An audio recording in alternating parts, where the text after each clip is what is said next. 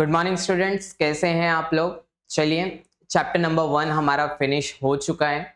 हम अपने अगले चैप्टर की तरफ बढ़ चुके हैं और जो हमारा अगला ओसीएम में चैप्टर है बहुत ही अच्छा, बहुत ही इंपॉर्टेंट, मैनेजमेंट रिलेटेड ही है और इस चैप्टर का नाम है फंक्शंस ऑफ मैनेजमेंट। फिर से बोलिए, क्या नाम है? Functions of management. यहाँ पे आपको टोटल 6 फंक्शंस के बारे में पढ़ना है बच्चों। सबसे पहला फंक्शन जो प्लानिंग होगा आपका, दूसरा फंक्शन ऑर्गेनाइजिंग होगा, तीसरा फंक्शन स्टाफिंग होगा, चौथा फंक्शन डायरेक्टिंग होगा, पांचवा फंक्शन कोऑर्डिनेटिंग होगा और लास्ट फंक्शन होगा कंट्रोलिंग। तो इस तरह से आपको 6 फंक्शंस ऑफ मैनेजमेंट पढ़ने हैं। जैसे यहाँ पे नाम आपके सामने दिख रहे हैं बच्चों, एक बार अच्छे से याद कर लीजिए ये कौन कौन से 6 लोग हैं। ये रहा आपका प्लानिंग, ये रहा आपका ऑर्गेनाइजिंग, ये रहा आपका स्टाफिंग, ये रहा आपका डायरेक्टिंग, ये रहा आपका कोऑर्डिनेटिंग और ये रहा आपका कंट्रोलिंग।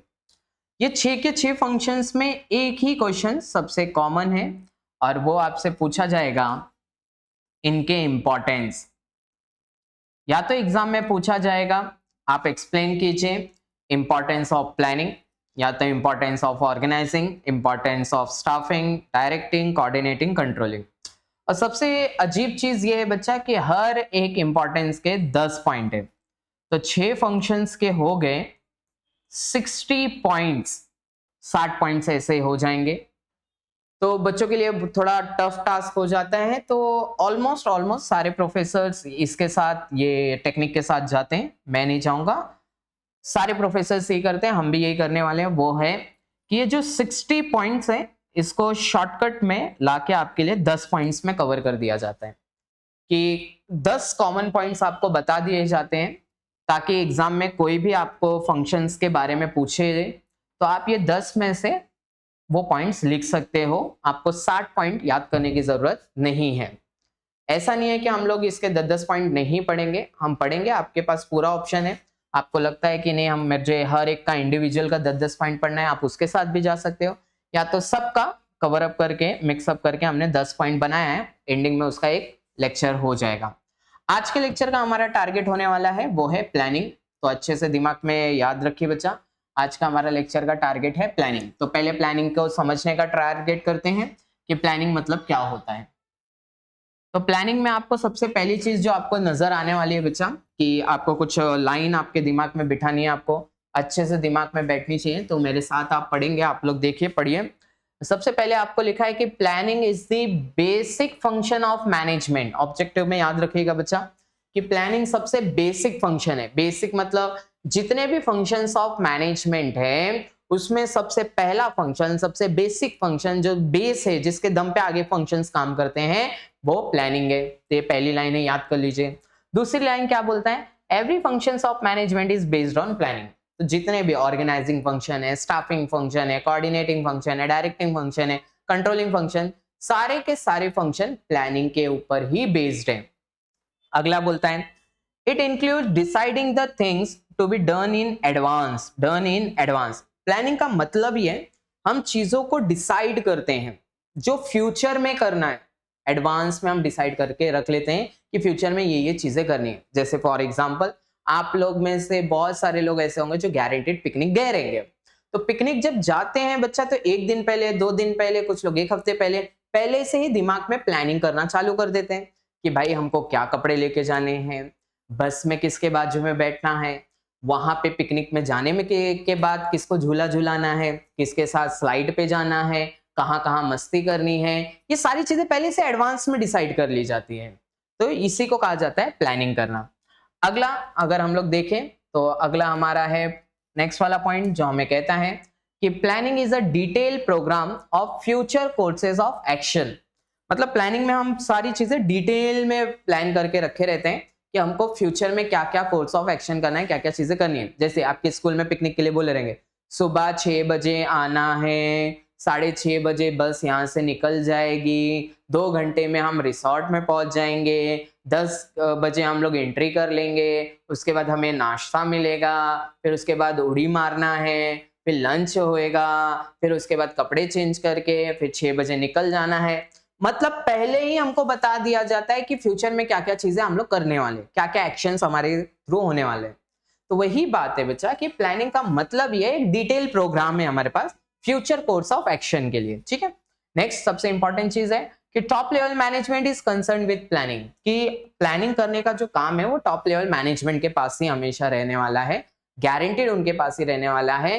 जैसे एग्जांपल के लिए अगर हम लोग बात करें, आज से 3 साल पहले रिलायंस कंपनी अनाउंसमेंट करती है कि हम सोलर पैनल की एक फैक्ट्री सेटअप करेंगे।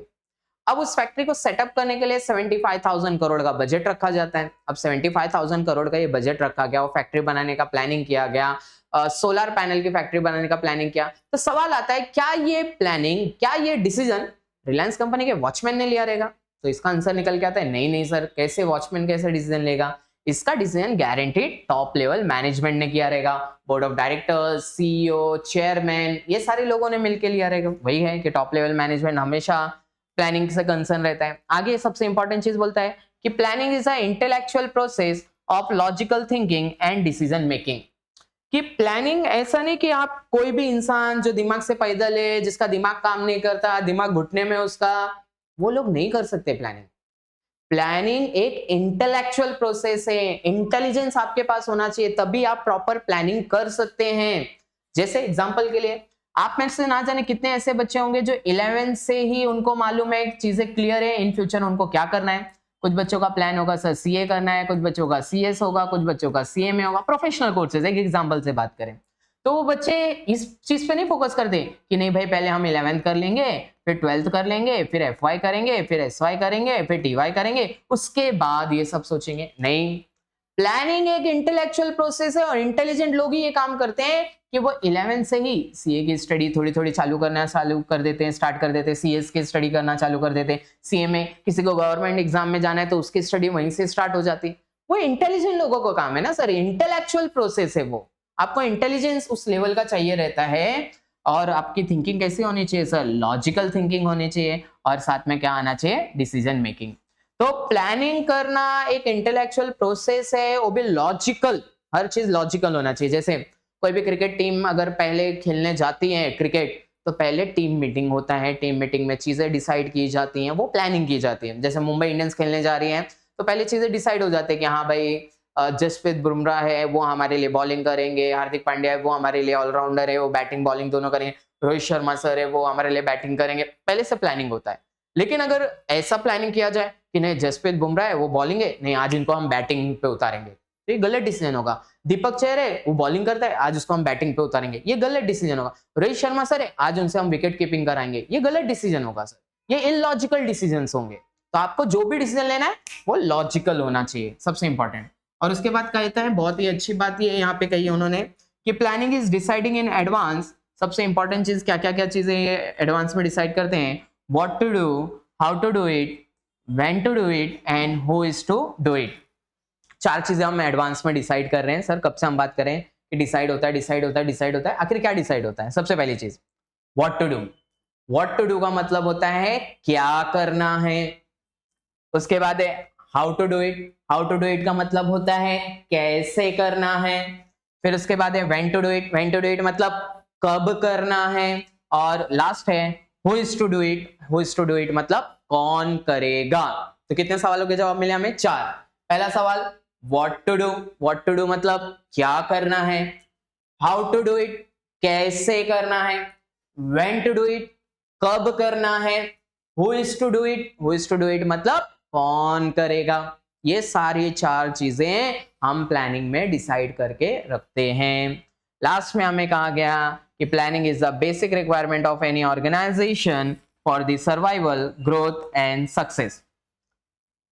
कोई भी ऑर्गेनाइजेशन आगे बढ़ना चाहती है, आगे ग्रोथ करना चाहते हैं, सक्सेसफुल होना चाहती है, तो एक सिंपल सी बात है बच्चा, एक सिंपल सी बात है कि आपको प्लानिंग करना पड़ेगा। आप खुद एज अ स्टूडेंट अपने दिमाग में ये बात फिट करके रखिए। अगर आप भी मार्केट में ग्रोथ करना चाहते हैं, मार्केट में आगे बढ़ना चाहते हैं, मार्केट में सक्सेसफुल होना चाहते हैं, तो प्लानिंग करना बहुत इंपॉर्टेंट होता है। कुछ बच्चे बोलते हैं ठीक है 11th खत्म होने दो, 12th खत्म होने दो, फिर देखेंगे क्या करना है। ऐसा नहीं होता है बच्चा। आपको पहले से अपने करियर को डिसाइड करना पड़ता है। फ्यूचर में आप क्या करना चाहते हो पहले ही डिसीजन लेने पड़ते हैं, प्लानिंग करना पड़ता है। तब जाके आप मार्केट में ग्रोथ करना चालू करते हो। ठीक है, तो ये सारे पॉइंट्स आज हमने प्लानिंग के पढ़े और आज का लास्ट टारगेट हमारे पास है वो है इसके डेफिनेशन पे हम लोग ध्यान देते हैं। बहुत अच्छा डेफिनेशन बनाया गया है।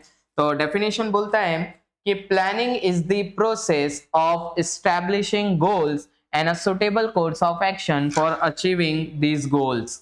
ये डेफिनेशन दिया था हमको जेम्स टॉनर ने।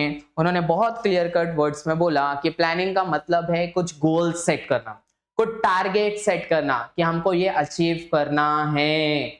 और सिर्फ टारगेट नहीं सेट करना है, कैसे वो टारगेट अचीव होगा, क्या उसके लिए पाथ बनाया जाएगा, क्या उसके लिए वे बनाया जाएगा, वो दोनों के दोनों चीजें हमारी प्लानिंग में डिसाइड हो जाती है। पहले तो गोल सेट करना, फिर उस गोल को अचीव करने के लिए क्या क्या हमें करना पड़ेगा, क्या वेज हमको अपनाने पड़ेंगे, क्या मेथड हमको सेलेक्ट करना पड़ेगा, वो सारी चीजें हम प्लानिंग में ही डिसाइड कर लेते हैं।